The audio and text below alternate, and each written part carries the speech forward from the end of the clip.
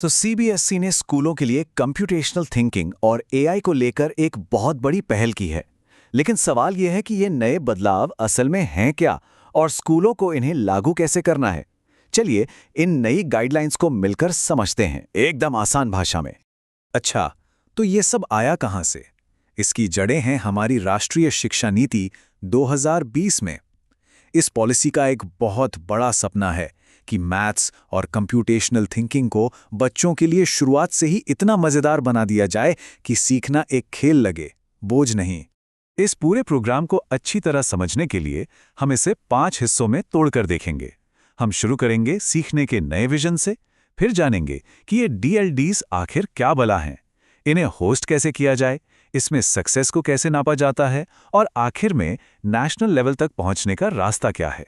तो चलिए सबसे पहले और सबसे बड़े सवाल से शुरू करते हैं, क्यों?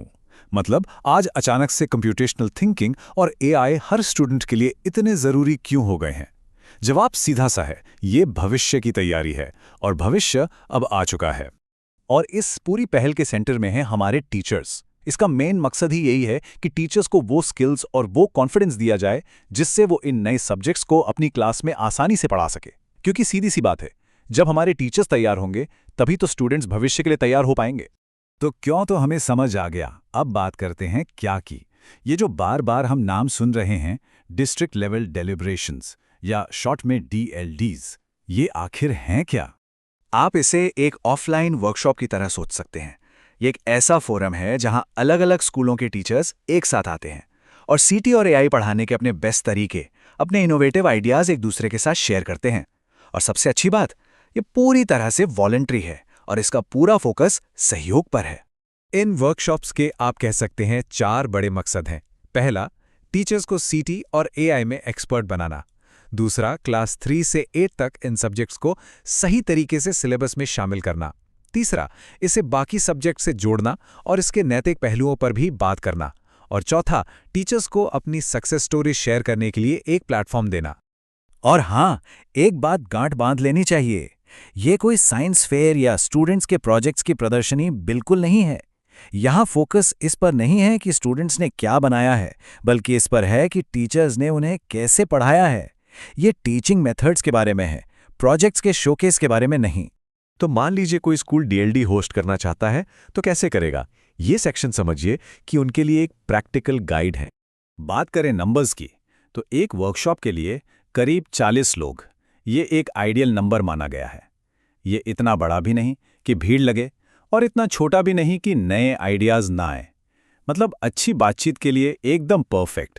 एक दिन की वर्कशॉप में ज्यादा से ज्यादा 16 प्रेजेंटेशंस हो सकती हैं। हर प्रेजेंटर को 25 मिनट मिलते हैं, जिसमें 20 मिनट अपनी बात रखने के लिए और 5 मिनट सवाल जवाब के लिए। एकदम टू द पॉइंट और असरदार। और टीचर्स के लिए इसमें एक बहुत बड़ा फायदा है। इस एक दिन की वर्कशॉप में शामिल होने पर उन्हें 6 सीपीडी यानी कंटिन्यूइंग प्रोफेशनल डेवलपमेंट के घंटे मिलते हैं। ये उनके करियर की ग्रोथ के लिए एक अहम क्रेडिट है। अच्छा, तो जो स्कूल इसे होस्ट करेगा उसकी जिम्मेदारियां क्या-क्या होंगी? इसे हम 3 हिस्सों में देख सकते हैं, तैयारी, आयोजन और फिर रिपोर्टिंग।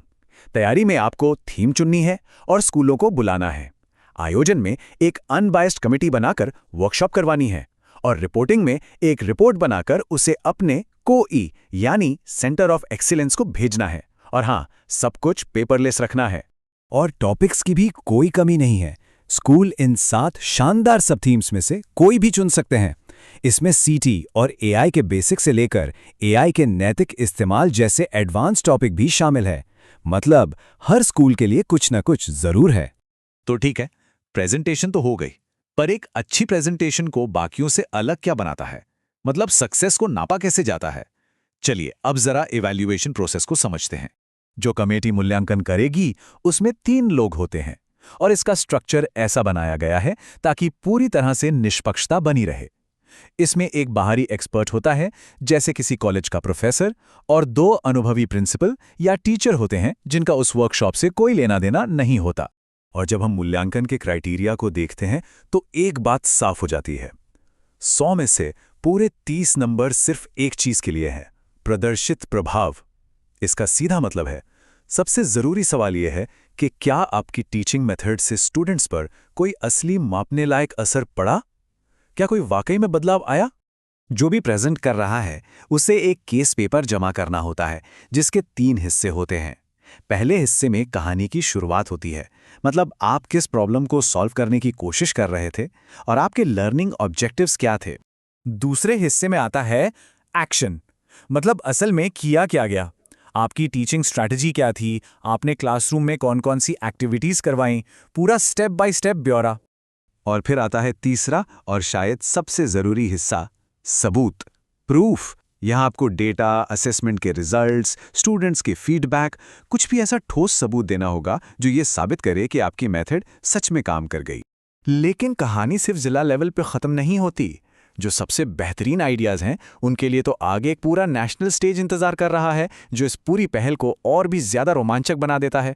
ये सफर 4 पड़ावों का है। सबसे पहले डिस्ट्रिक्ट डीएलएड से टॉप 3 पेपर चुने जाते हैं। फिर ये कोए लेवल पर जाते हैं। वहां से हेडक्वार्टर के एक्सपर्ट कमेटी देश भर से आए पेपर्स में से बेस्ट को चुनती है। और आखिर में जो विजेता होते हैं उन्हें नेशनल टीचर्स कॉन्फ्रेंस 2026 में पूरे देश के सामने अपनी इनोवेशन को प्रेजेंट करने का सुनहरा मौका मिलता है।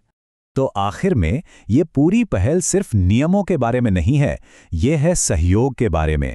ये टीचर्स को एक दूसरे से सीखने, अपने आइडियाज शेयर करने और साथ मिलकर आगे बढ़ने का एक शानदार मौका देती है, क्योंकि भविष्य के लिए सीटी और एआई रेडी स्कूल बनाने का काम हम सबको मिलकर ही करना होगा। तो ये सिर्फ एक और सर्कुलर नहीं है, ये एक मौका है। अब सवाल ये उठता है, इस बदलाव की मशाल जलाने में आपका स्कूल कैसे आगे आएगा?